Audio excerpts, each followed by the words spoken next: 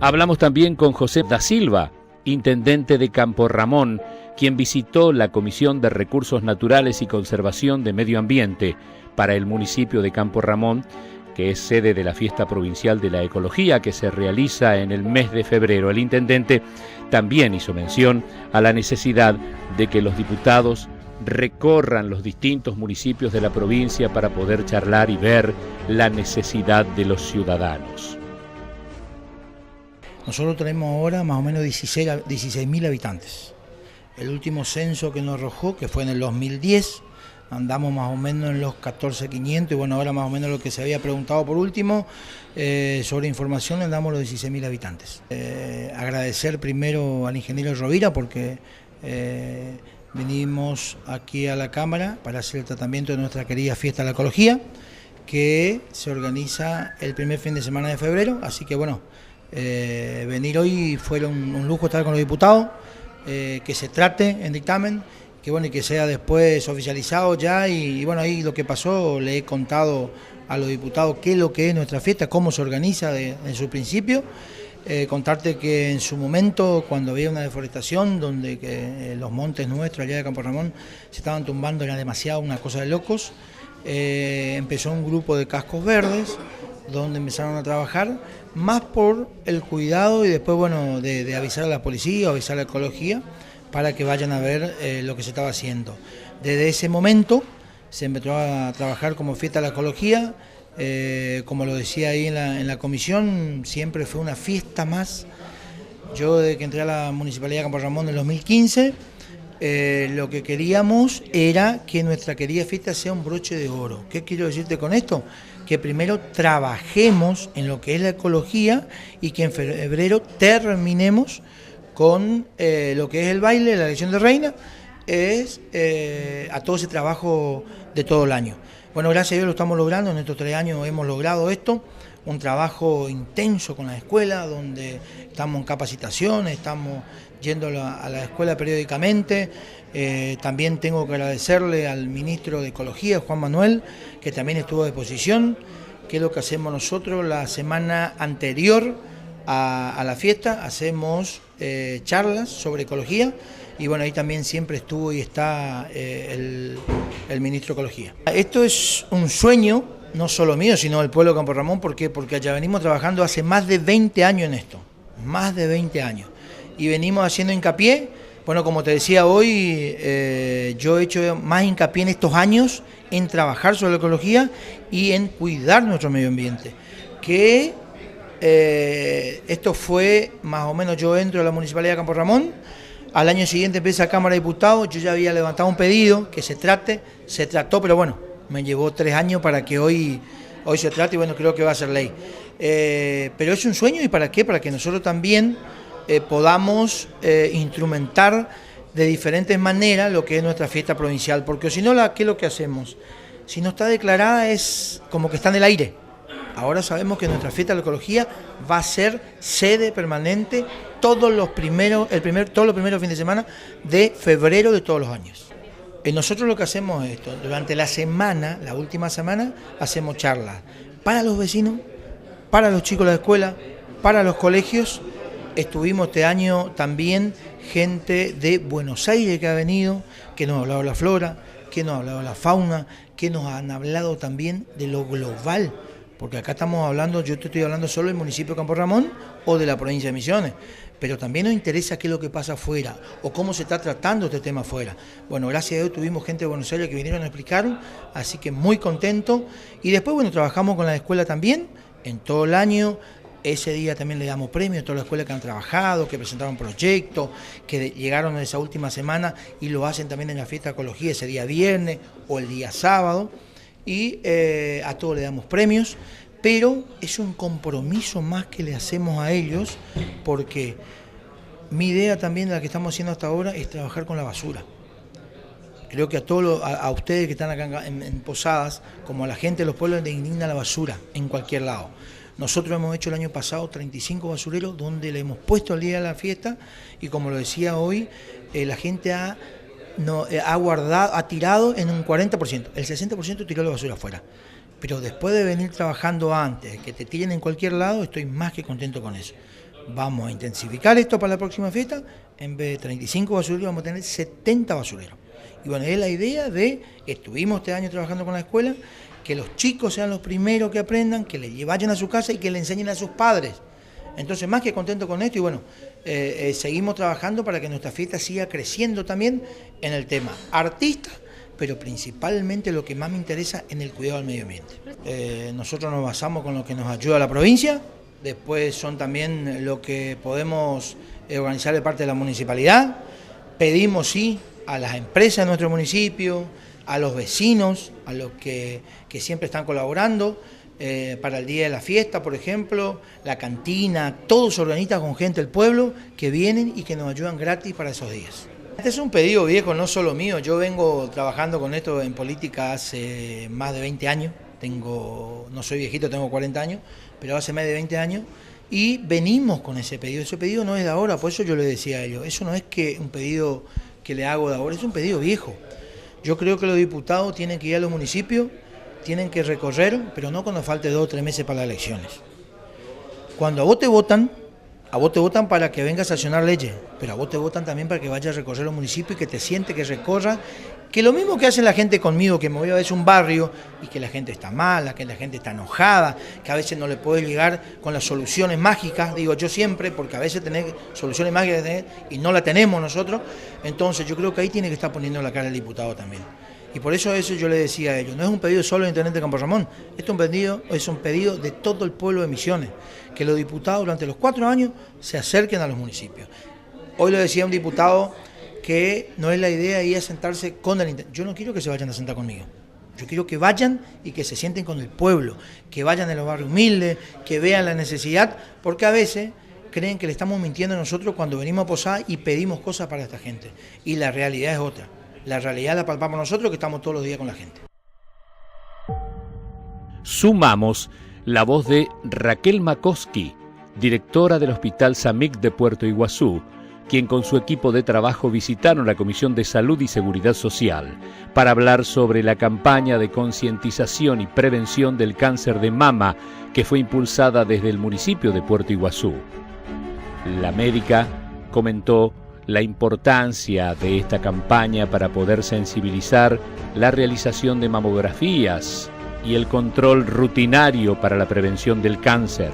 Makoski destacó la buena articulación entre los distintos hospitales de la provincia.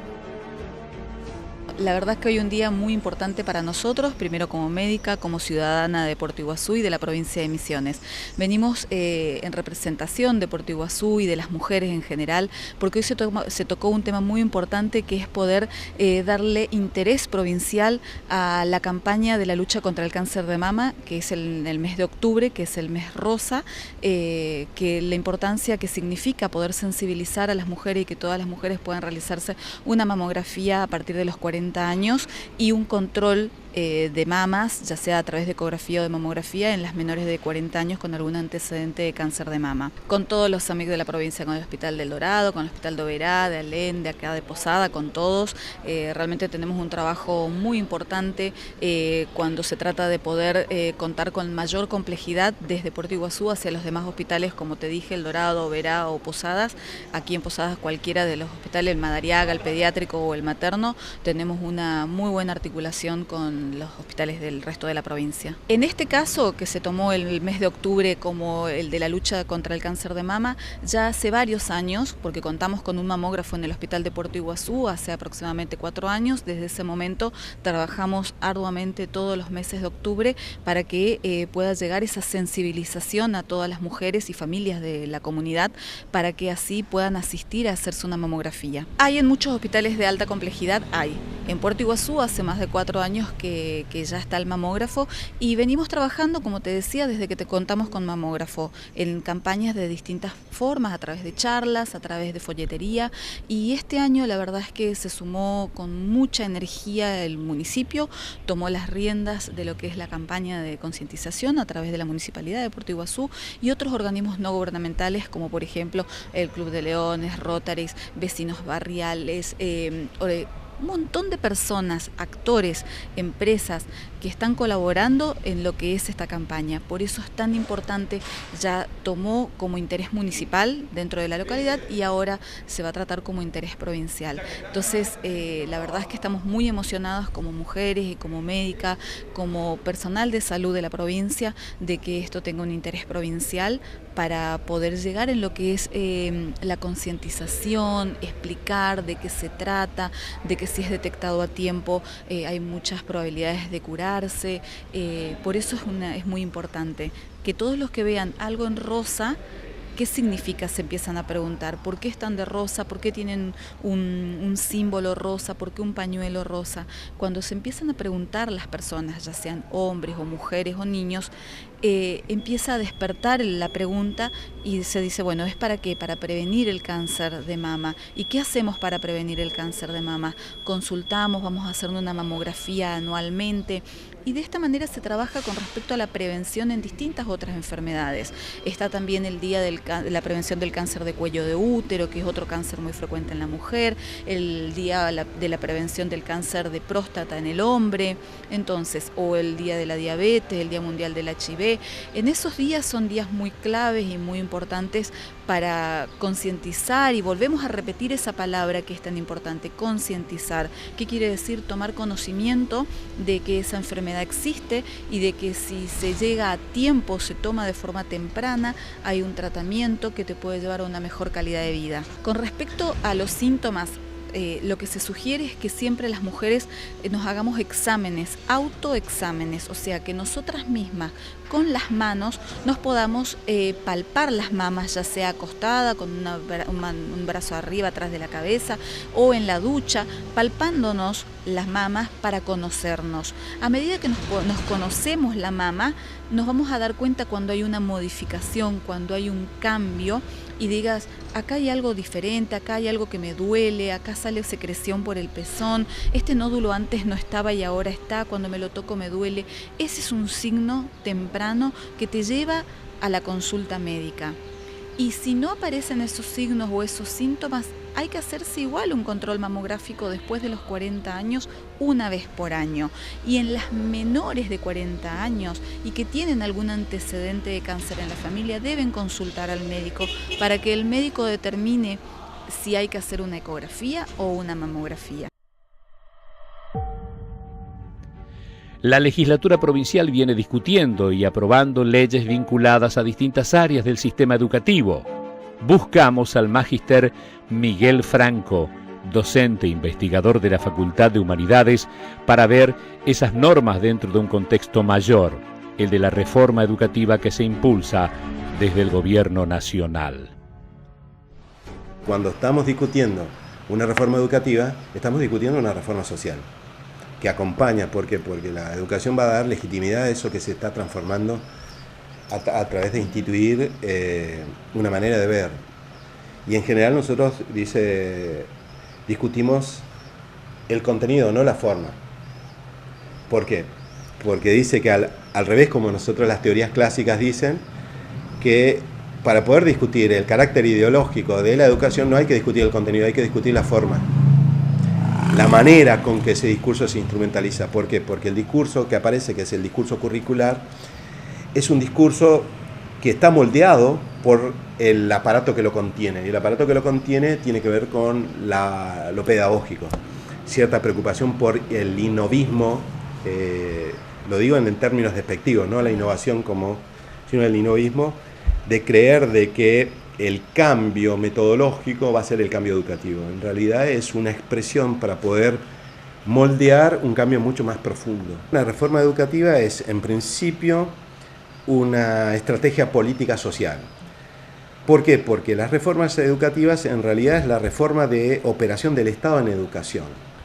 Y no en educación en general, sino en el sistema escolar, que es una parte del sistema educativo que tiene que ver con el sistema legítimo.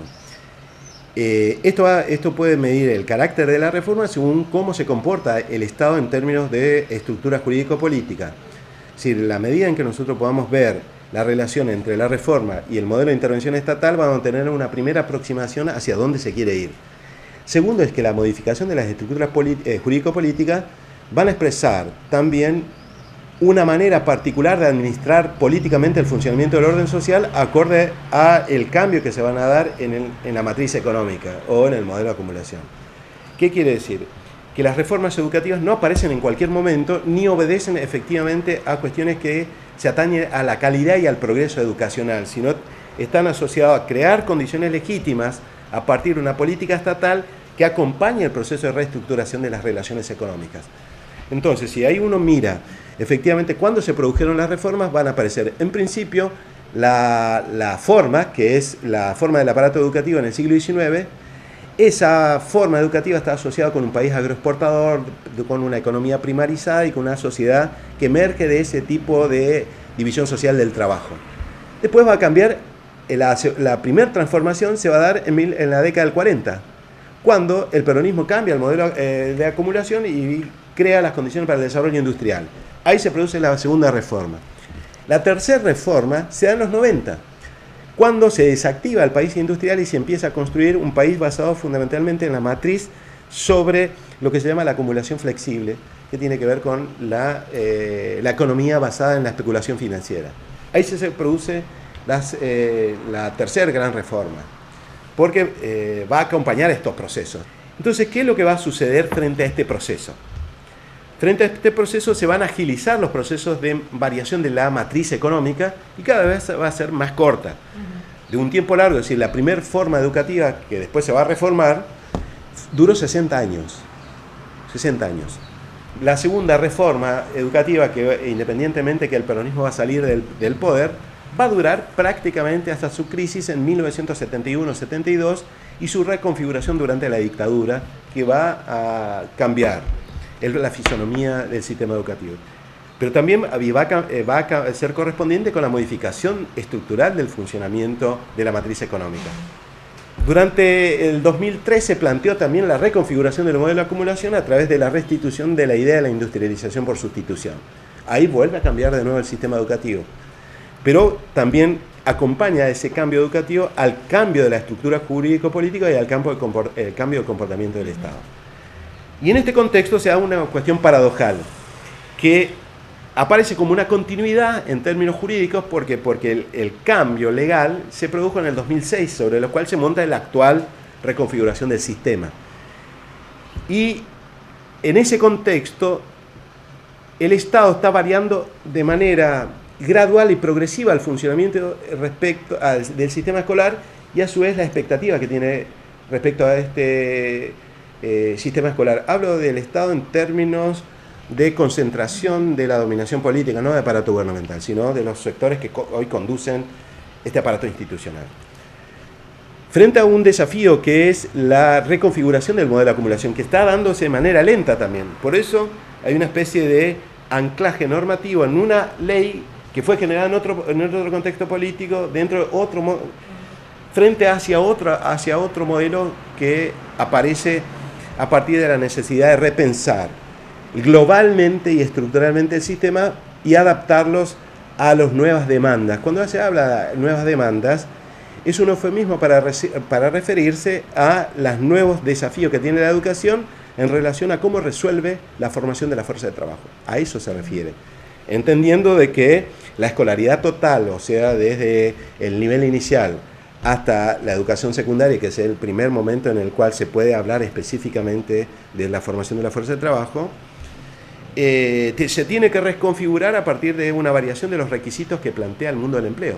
Hoy el planteo no está dado en los contenidos disciplinares y en la experticia técnica de esos contenidos disciplinares. Por eso yo te decía, que una de las características fundamentales que se está promoviendo esta actual reforma es la pérdida de la centralidad pedagógica de la disciplina en favor de algo general que se llama la formación por capacidades. En ese contexto nosotros vamos a ver de que, por un lado, políticamente este proceso de educación es más complejo que decir de que es parte de una política nacional o parte de la arbitrariedad de la política del gobierno de la Alianza Cambiemos. Es más compleja. ¿Por qué? Porque los acuerdos que se han llevado sobre las características de esta reforma han significado una coparticipación de todas las provincias a través de un nucleamiento que tiene el sistema educativo, que es el Consejo Federal de Educación, que acuerdan estas características principales de los procesos de reforma. Franco destacó que la reforma que se discute ahora es mucho más profunda y va a afectar no solo los contenidos curriculares. En relación a la reforma anterior reconfigura, por un lado, la cuestión más política, que tiene que ver con instituir el derecho social a la educación secundaria, es decir, la ampliación de la obligatoriedad, que implica un nuevo piso de formación para los sujetos para integrarse a la vida social, independientemente de que esa integración sea económica o no. Se restituye la necesidad y la centralidad de fortalecer ese proceso de formación y especialización de la fuerza de trabajo a través de la prolongación de la escuela secundaria. Vuelve a restituirse en 5 años. Que si bien es cierto, se diferencian, mantiene ciertas orientaciones, como por ejemplo las modalizaciones en ciencias sociales y humanidades, en economía y organización de empresas.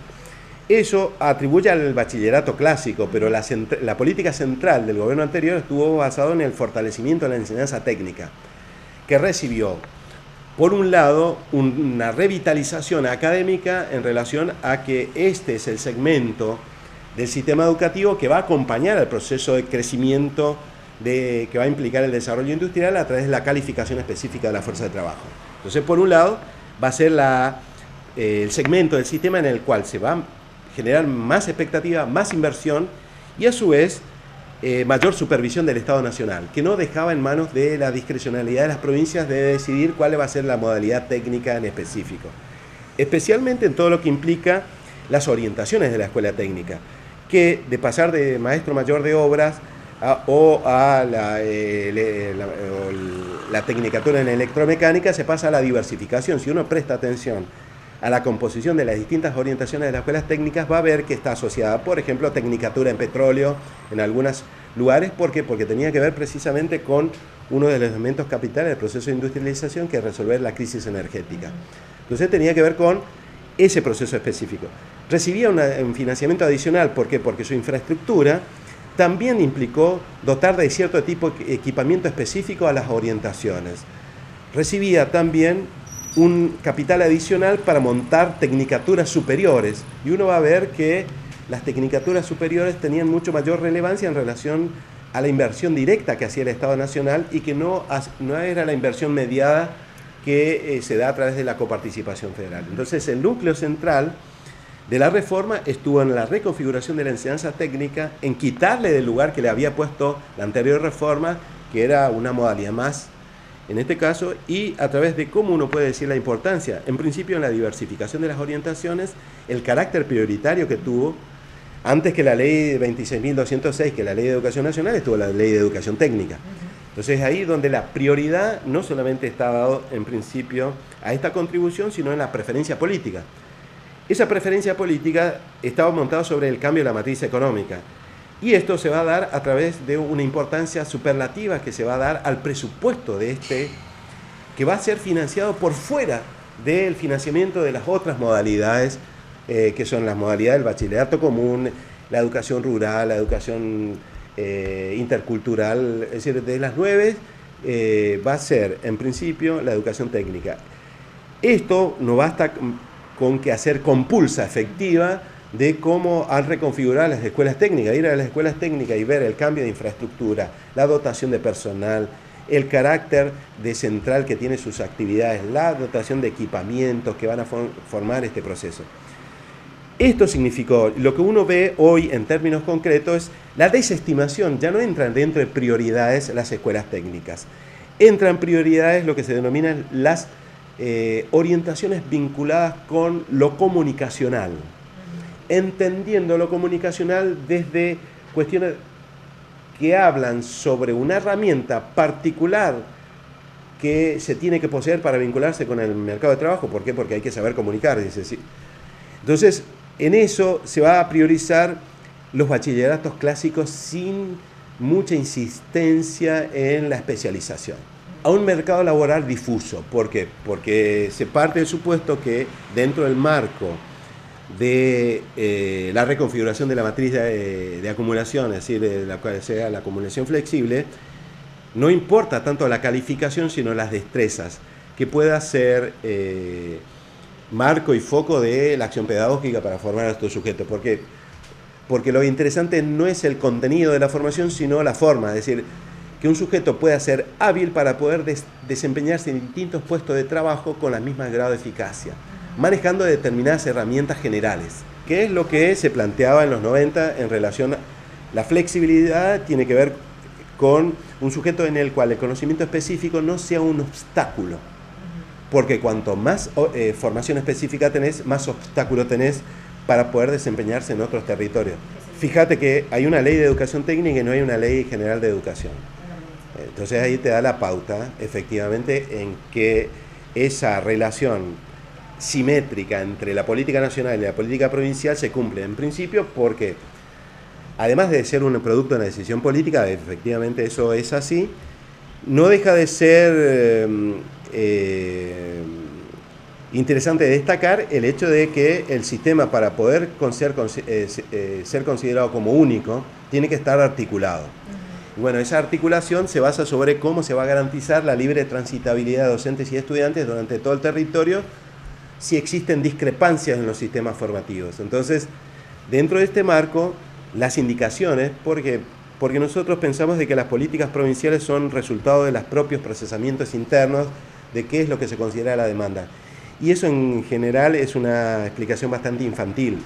Lo que hay que ver es cómo cada élite política en un momento determinado lee el contexto y lee las indicaciones y recomendaciones que surgen de organismos que tienen la potencia de indicar el funcionamiento de los sistemas educativos para poder ser reconocidos.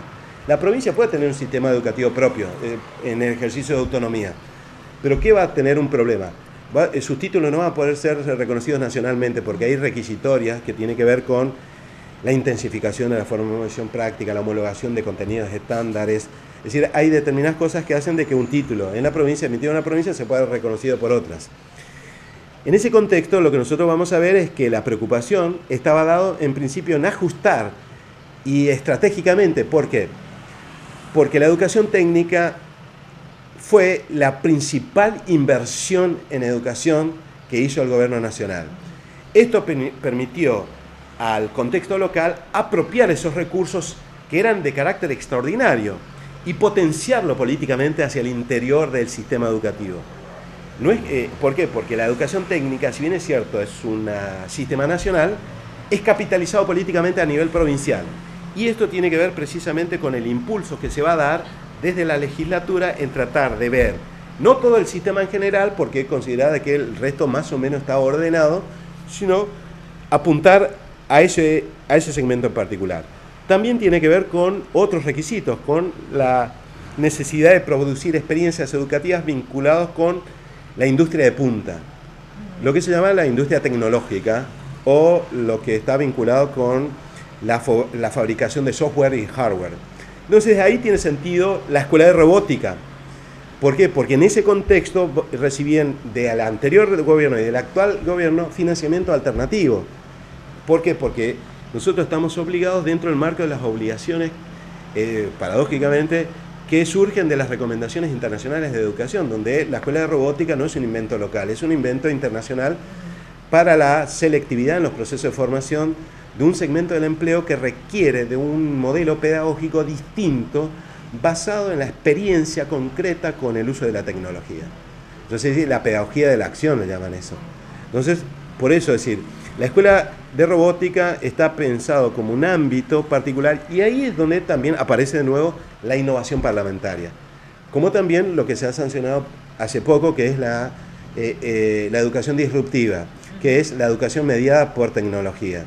Entonces también ahí, porque en gran medida la lectura que se hace desde la legislatura es que ese segmento particular va a recibir financiamiento extraordinario. Hay mucha astucia en relación a legislar sobre aspectos que puedan tener ventajas relativas en una provincia que tiene recursos escasos en relación a, o tiene dificultades para poder potenciar las obligaciones de financiamiento estándar que requiere el gobierno nacional. Por ejemplo, nosotros, si tuviéramos que trasladar el 6% del Producto Bruto Interno provincial a educación, no existe la capacidad recaudatoria suficiente para cumplir ese propósito.